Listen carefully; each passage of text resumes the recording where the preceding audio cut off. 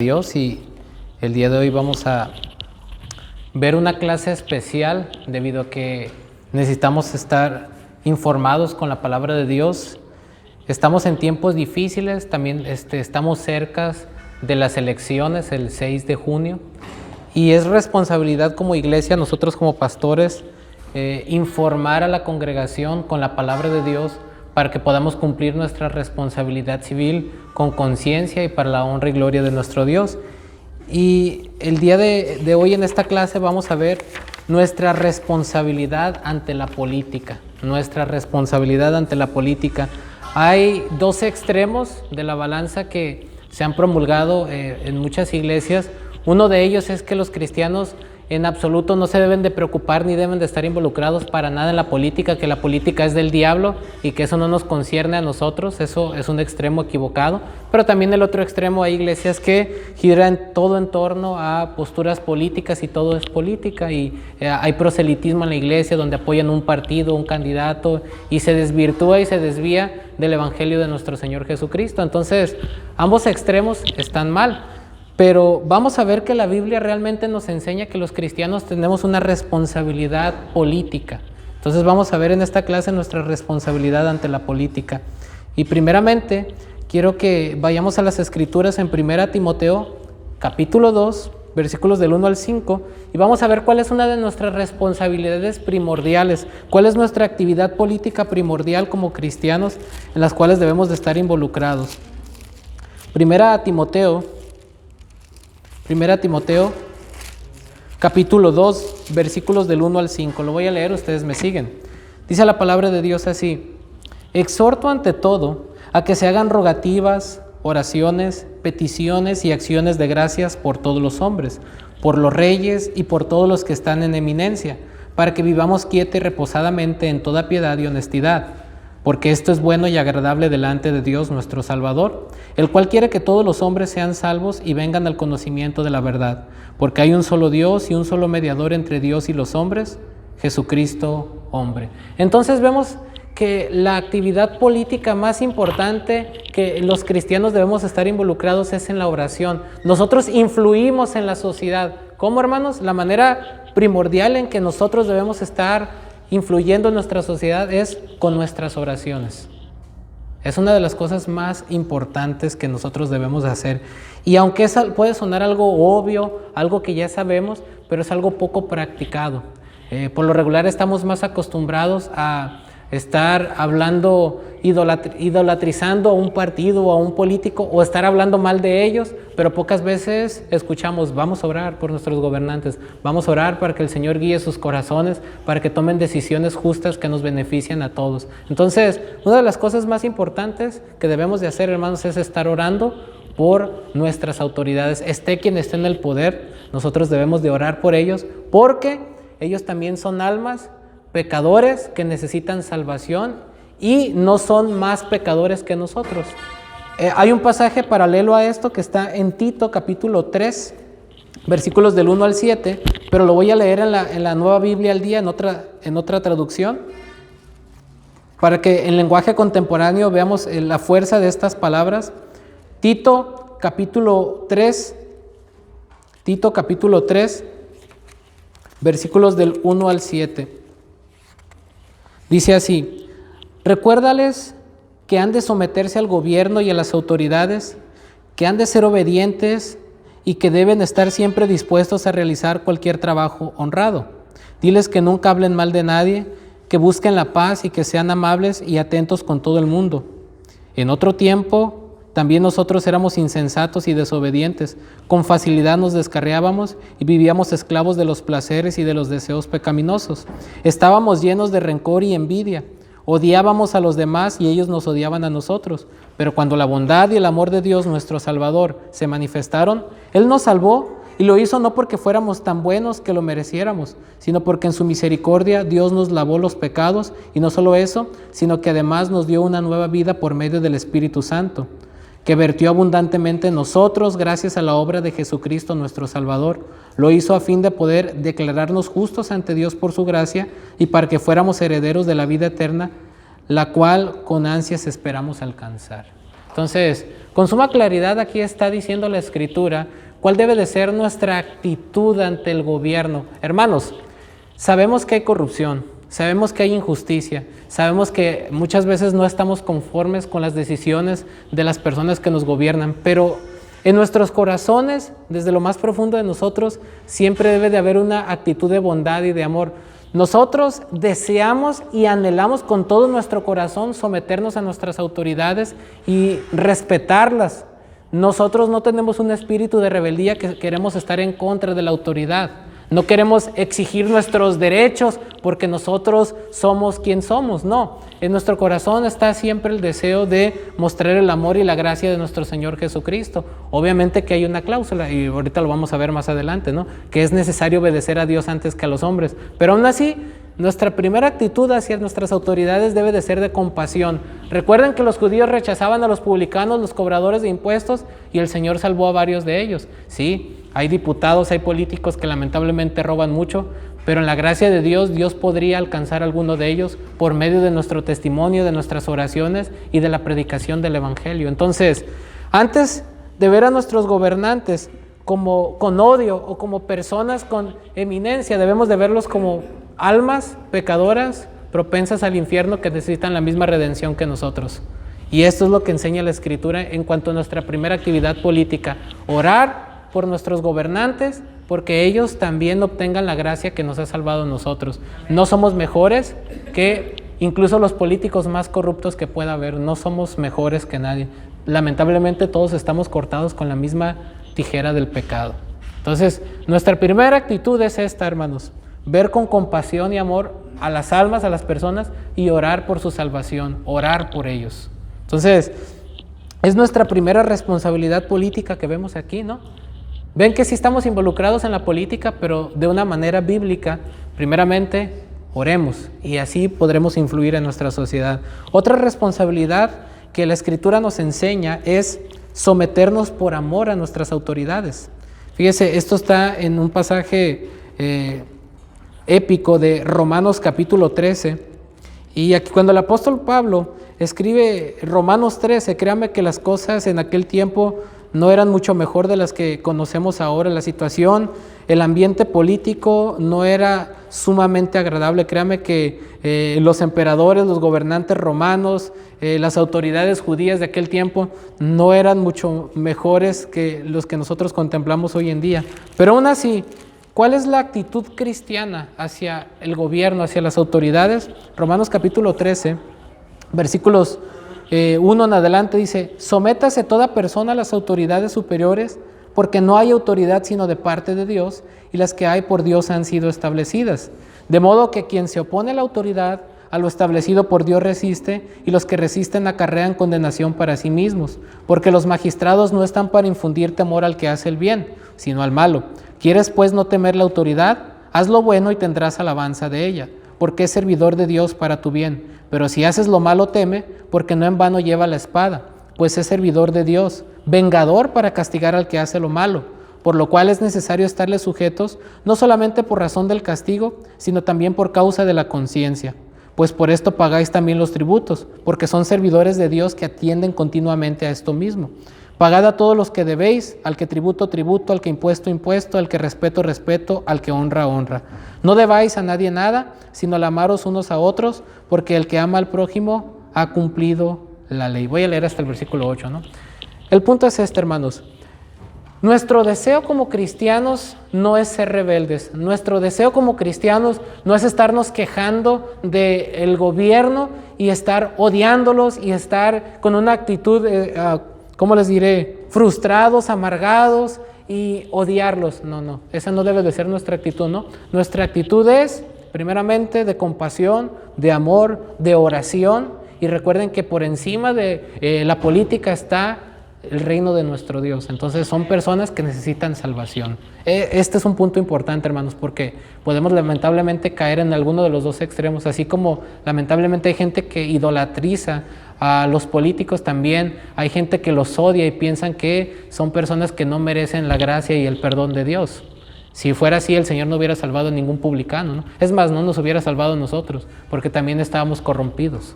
Entonces, hay que tener esto en mente, hermanos. Nuestro deseo es someternos a nuestras autoridades porque por respeto y amor a Dios, sabemos porque Él ha establecido un orden en la sociedad. Ese es nuestro deseo, pero hay lamentablemente excepciones.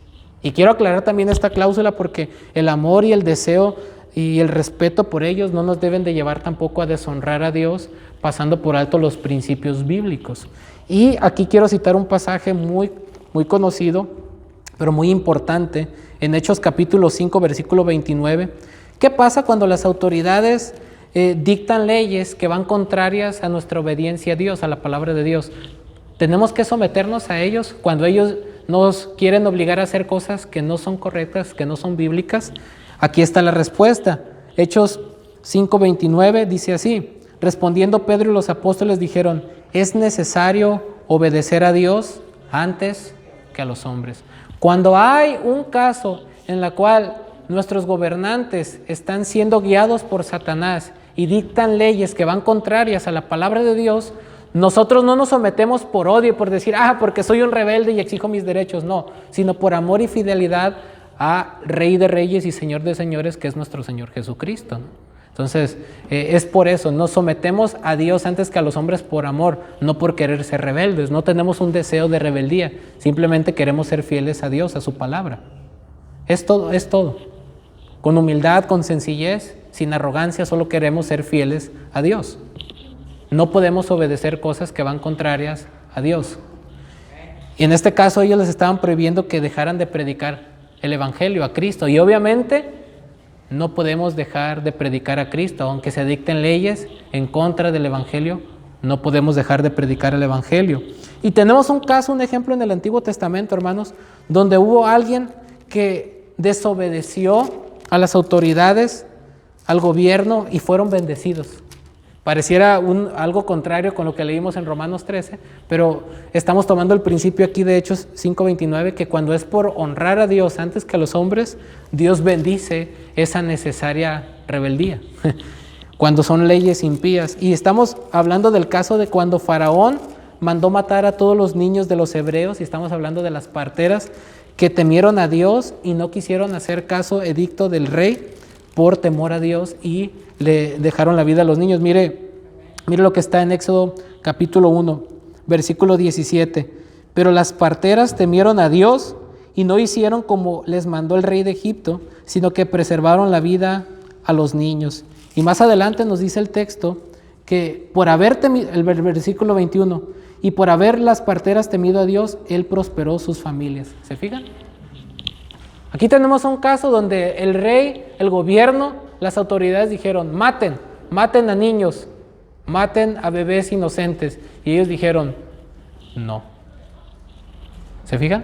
Entonces, hay momentos en los cuales los cristianos, lamentablemente, no porque nosotros querramos, pero tenemos que desobedecer a las autoridades.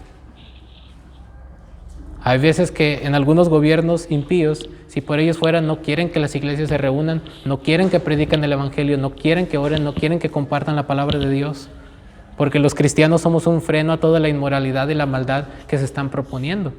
Entonces, recuerden, esto nos debe de llevar, sin quitar lo que leímos anteriormente, los principios de la compasión. Debemos estar orando por la conversión de ellos y no creernos mejores que ellos y no odiarlos, sino ser fieles a Dios y orar por sus almas, porque si no se arrepienten, se enfrentarán a una condenación muy terrible en el infierno.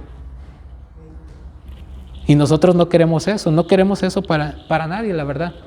¿O usted le desea el infierno a alguien? Yo no le deseo el infierno a ningún ser humano. Entonces, una de nuestras responsabilidades civiles, hermanos, en la sociedad que vivimos es que nosotros elegimos a nuestros gobernantes, y una de nuestras responsabilidades civiles es que por medio del voto nosotros elegimos a nuestros representantes. Y como cristianos, hermanos, debe de haber un balance aquí, porque nuevamente en todas las cosas hay extremos. Hay quienes dicen: pase lo que pase, vote por quien vote, va a ganar el que Dios quiera, y yo no voy a votar porque de todos modos va a ganar el que Dios quiera. Y como un concepto de la soberanía de Dios fatalista, así como que si todo estuviera determinado y como si fuéramos máquinas frías que estuviéramos programadas como autómatas. Y no es así, aunque sabemos que Dios es soberano, pero Dios en su soberanía usa nuestras decisiones libres que tomamos como criaturas para llevar a cabo su voluntad, y eso no quita nuestra responsabilidad. Gane quien gane, no importa, pero nosotros debemos de ejercer nuestro voto con responsabilidad. Tenemos que cumplir nuestra responsabilidad, hermanos. No importa si gana o pierde el que nosotros elegimos o no elegimos, pero que nuestra conciencia queda limpia, que nosotros votamos por valores y principios antes que por conveniencias personales. ¿Me explico? Entonces, aquí quiero que quede claro esto. Sí es cierto, Dios es soberano y Él quita y pone reyes, pero eso no anula nuestra responsabilidad. Por ejemplo, en la obra de la salvación, Dios es soberano y la salvación es del Señor y Él salva a quien Él quiere, pero Él salva por medio de la predicación del Evangelio. Él usa nuestras oraciones para que las personas se conviertan, Él usa nuestro testimonio, Él usa la predicación. ¿Me explico? No anula los medios de gracia por los cuales Dios hace su obra. Y entonces esto no quita nuestra responsabilidad. Así que debemos de tener conciencia, hermanos, y no es nuestro propósito, hermanos, con esta clase aquí, hacer un proselitismo. Ni siquiera estamos exaltando ni diciendo qué partido o qué candidato, y no debe de haber proselitismo en la iglesia, pero sí es nuestra responsabilidad como pastores y como cristianos tener conciencia a quién daremos nuestro voto y ejercer con responsabilidad nuestro derecho civil.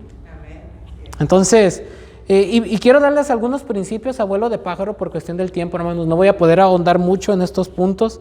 Quisiera, a través de lo que estudié, quisiera exponer muchas cosas, pero el tiempo no me va a dar para mucho y voy a tratar de ser lo más conciso y claro posible. Solo quiero tratar 4 principios que podemos nosotros analizar a la hora de elegir un candidato. También quiero aclarar algo, hermanos. Cuando votemos, hay que votar por candidatos, no por partidos, porque a veces un partido tiene principios, por ejemplo, contrarios a los de su candidato. Hay partidos que en sus principios rechazan, por ejemplo, el aborto y los matrimonios igualitarios y tienen candidatos que lo apoyan.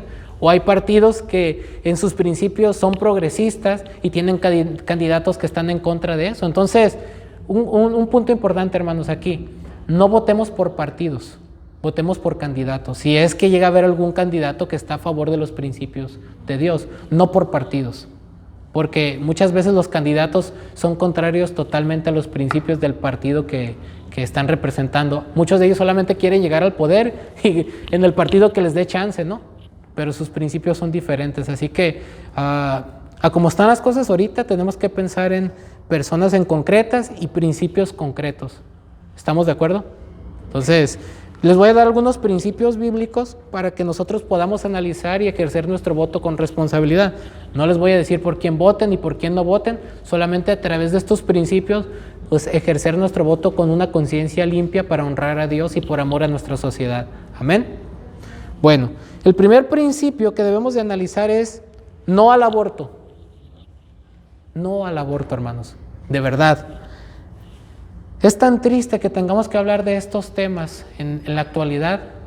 Es impensable que un cristiano nacido de nuevo pueda ver como bien el matar, el asesinar seres inocentes que no se pueden defender en el vientre de la madre. O sea, ni siquiera tendríamos que explicar este punto, ¿no? Pero lamentablemente hemos llegado a un punto donde muchos de nuestros jóvenes están confundidos porque les dicen que la mujer tiene derecho a decidir sobre su cuerpo, pero no le dicen que la criatura que lleva en su vientre es algo ajeno a su cuerpo, eso es un ser vivo independiente a su cuerpo y no tenemos derechos sobre la otra vida.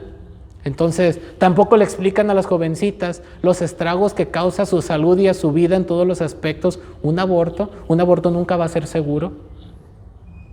Entonces, estamos viviendo en tiempos difíciles y, hermanos, de verdad, si usted viera que una persona en la calle asesinara a su bebé de 1 año, a un niño de 3 años, a un niño de 5 años y lo matara de una manera cruel, arrancándolo en pedazos, de seguro que usted lloraría, de seguro que usted quisiera detener a esa persona o no sé cuál sería su reacción, pero sería algo triste de ver, ¿no? Traumatizante. Pero, ¿qué? Si ese niño todavía no nace y lo sacan a pedazos del vientre de la madre, ¿no debería ser la misma reacción, la misma tristeza? Para Dios es el mismo delito, es el mismo pecado, asesinato. Matar es pecado, matar a seres inocentes es pecado. Y fíjese, ¿por qué digo esto? Vamos a ir a vuelo de pájaro a algunos versículos de la Biblia. El primero Génesis 2:7.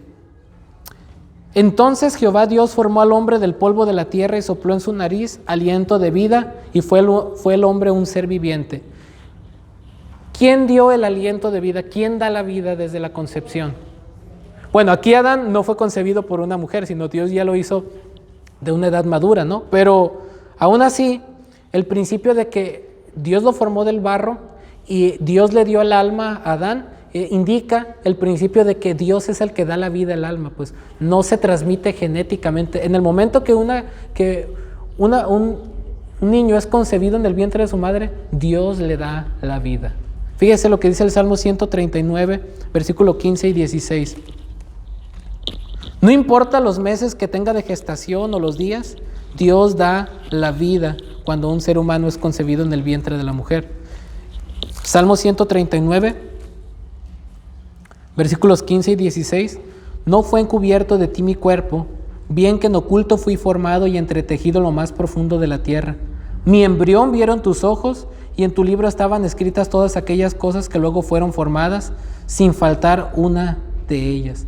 Fíjese cómo Dios tenía en control este proceso de gestación, desde que era una célula pequeña, cómo fue creciendo, cómo fue desarrollándose. Dios estaba en control de todo. Es una vida, es considerado para Dios una vida, y nosotros no tenemos el derecho de quitarle la vida a un ser inocente. Fíjese lo que nos dice Génesis 9:5. Génesis 9:5. Génesis 9:5. Porque ciertamente demandaré la sangre de vuestras vidas, de mano de todo animal la demandaré, y de mano del hombre, de mano del varón su hermano demandaré la vida del hombre. El que derramare sangre de hombre, por el hombre su sangre será derramada, porque a imagen de Dios es hecho el hombre. Porque Dios estableció la pena capital para aquel que matara a otro ser humano, porque era un delito grave, porque el matar a un ser hecho a la imagen y semejanza de Dios es pisotear la dignidad de Dios imprenta en el hombre. El hecho de ser seres humanos diferentes a los animales, somos los únicos que portamos la imagen de Dios, y por lo tanto pisoteamos la dignidad de Dios al no reconocer la dignidad en otro ser humano y matarlo como si fuera un animal. Eso es una afrenta al Creador. Y fíjese, hay un versículo en Éxodo 21, 22 al 25, donde Dios considera que la vida de un infante es importante. Fíjese lo que nos dice en Éxodo 21. Éxodo 21, 22. Éxodo 21, 22. Dice: si algunos riñeren e hirieren a mujer embarazada y ésta abortare, pero sin haber muerte, serán perdonados conforme a lo que les impusiera el marido de la mujer, y juzgarán los jueces. Mas si hubiere muerte, entonces pagará vida por vida, ojo por ojo, diente por diente, mano por mano, pie por pie, quemadura por quemadura, herida por herida, golpe por golpe. Fíjese lo que nos dice el versículo 22. Si algunos riñeren e hirieren a una mujer embarazada y ésta abortare, pero sin haber muerte, es decir, que el niño nace antes de tiempo, pero todo bien, no hay muerte aquí. No habla de un aborto de muerte, sino que da a luz antes de tiempo. Fíjese, aquí voy a usar la Biblia, la Nueva Biblia al Día. Voy a leer este mismo versículo. Tal vez nos puede dar un poquito más de luz. En Éxodo 21, ¿qué dije? 21, 20, ¿verdad? 21, 22 dice: si varios hombres pelean y en medio de la pelea uno de ellos golpea a una mujer que está embarazada y como consecuencia ella tiene un aborto pero queda viva, el hombre que la haya herido deberá pagar la multa que exija el marido de la mujer y que los jueces aprueben. Otra vez, nuevamente, aquí está hablando de un caso en donde por causa de esta riña la mujer da a luz antes de tiempo, pero no hay una muerte. Dice Dios que si hay muerte, serán penados. Dice, pero si hubiera muerte, entonces pagarán vida por vida. Aunque ellos estaban riñendo y no querían herir a la mujer embarazada ni al bebé que estaba en su vientre, pero si hay una vida de por medio, ellos tendrían que pagar con su propia vida. ¿Por qué razón?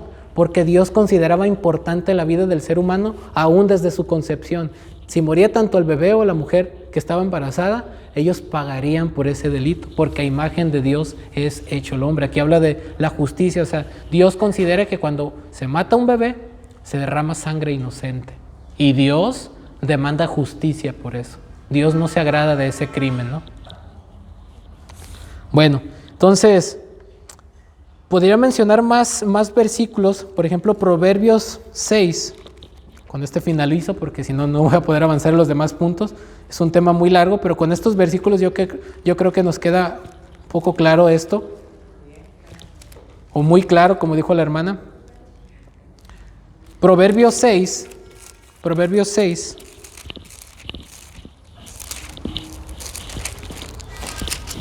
Fíjese, desde el versículo 16 dice: 6 cosas aborrece Jehová y aún 7 abomina su alma.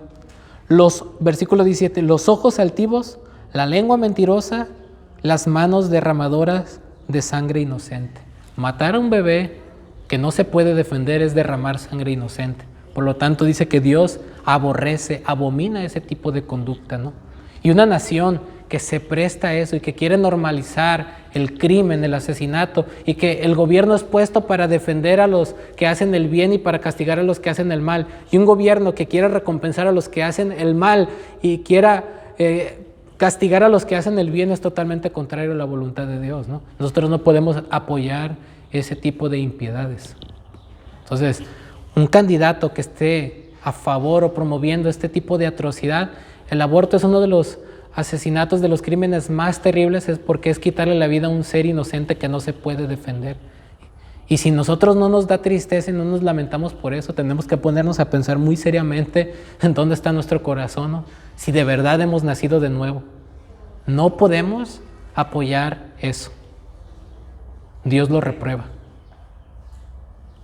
Que Dios tenga misericordia y también que Dios nos use, hermanos, para predicarle el evangelio a estas mujeres que han abortado y que van a sufrir consecuencias y secuelas muy terribles en su vida, pero Dios puede tener misericordia de ellas. Tenemos que predicarles el evangelio y tenemos que sentir compasión. Van a tener una situación, una carga de culpa muy terrible, pero solo el evangelio puede traerles verdadera paz. Necesitamos, hermanos, tener compasión de estas personas. Necesitamos orar a Dios para que el gobierno esté para proteger la vida y no para quererla quitar, ¿no? Así que, en este sentido, somos totalmente por las Escrituras pro vida. Otro principio: no a los matrimonios del mismo sexo y no a la inmoralidad sexual. Debe de analizar esto, hermanos. Esto también es sumamente serio. ¿Por qué? Porque el diseño de Dios es muy claro en las Escrituras. Fíjese lo que dice Génesis 1:27. Y creó Dios al hombre a su imagen, a imagen de Dios lo creó, varón y hembra los creó. Bueno, la nueva traducción, la Biblia al día, dice: Dios los creó hombre y mujer, que sería una traducción más contemporánea y más clara, ¿verdad? Varón y hembra, hombre y mujer. Dios creó a un hombre y a una mujer. Si Dios hubiera querido, hubiera hecho a varios seres humanos. Dios le hubiera hecho varias mujeres a Adán, varios hombres a Eva, o hubiera hecho 2 hombres o 2 mujeres. No, pero el diseño de Dios fue un hombre y una mujer que se casan, tienen hijos, se reproducen y glorifican a Dios de esa manera. Dios diseñó nuestra sexualidad, Dios diseñó la familia. Y este es el diseño de Dios desde el principio y no puede ser alterado por el hombre. Hombre y mujer, uniendo sus vidas, sus almas en el Señor por amor, para crear una familia en el Señor. Entonces, este es el diseño bíblico. Por ejemplo, podemos ir también a Génesis 18:20. Un ejemplo, ya todos nos sabemos esta historia, hermanos, es la de Sodoma y Gomorra. Fue lo de Sodoma y Gomorra. Pero fíjese, era una ciudad que invocó el juicio de Dios, pidió a gritos su destrucción. ¿Y sabe cuál era uno de los pecados que se practicaban ahí comúnmente? La homosexualidad. Fíjese lo que nos dice Génesis 18:20, cuando Dios le revela a Abraham lo que va a hacer con esta ciudad. Entonces Jehová le dijo: por cuanto el clamor contra Sodoma y Gomorra se aumenta más y más, y el pecado de ellos se ha agravado en extremo, descenderé ahora y veré si han consumado su obra según el clamor que ha venido hasta mí, y si no, lo sabré. Ya sabemos un poco después la historia. Llegan los ángeles ahí, advierten a Lot y todo, y cuando las personas de esa ciudad miran que llegan a la casa de Lot, fíjese lo que dicen en el versículo 5. Bueno, desde el 4 dice: pero antes que se acostasen, rodearon la casa los hombres de la ciudad, los varones de Sodoma, todo el pueblo junto, desde el más joven hasta el más viejo, y llamaron a Lot y le dijeron: ¿dónde están los varones que vinieron a ti esta noche? Sácalos para que los conozcamos. Y este es un eufemismo para decir: sácalos para que tengamos relaciones sexuales con ellos. ¿Se fijan? La atrocidad. Y vemos lo que pasó más adelante, los versículos 24 y 25. Entonces Jehová hizo llover sobre Sodoma y sobre Gomorra azufre y fuego de parte de Jehová desde los cielos, y destruyó las ciudades y toda aquella llanura, con todos los moradores de aquellas ciudades y el fruto de la tierra. Esto es real, hermanos. Todos estos pecados acarrean juicio sobre una nación. No debemos de estar a favor de nadie que apoye este tipo de cosas. Bueno, procedo. Hay muchos versículos, hermanos. Hay infinidad de versículos que nos hablan de esto, pero por cuestión del tiempo me voy a enfocar, por ejemplo, ya en unos pasajes del Nuevo Testamento. En Levítico dice que el que se llegare a un varón que muera. Bueno, solamente voy a leer un versículo de Levítico 20:13. Y luego ya nos pasamos al Nuevo Testamento. Levítico 20:13 dice así: si alguno se ayuntare con varón como con mujer, abominación hicieron, ambos han de ser muertos, sobre ellos será su sangre. En otras palabras, si alguien se ayuntare con el hombre como con mujer, es decir, que tengan relaciones sexuales hombre con hombre, dice que es una abominación ante los ojos de Dios. Y bueno, podemos ver más versículos, pero vamos al Nuevo Testamento. Primera a los Corintios 6:9. Primera a los Corintios 6:9.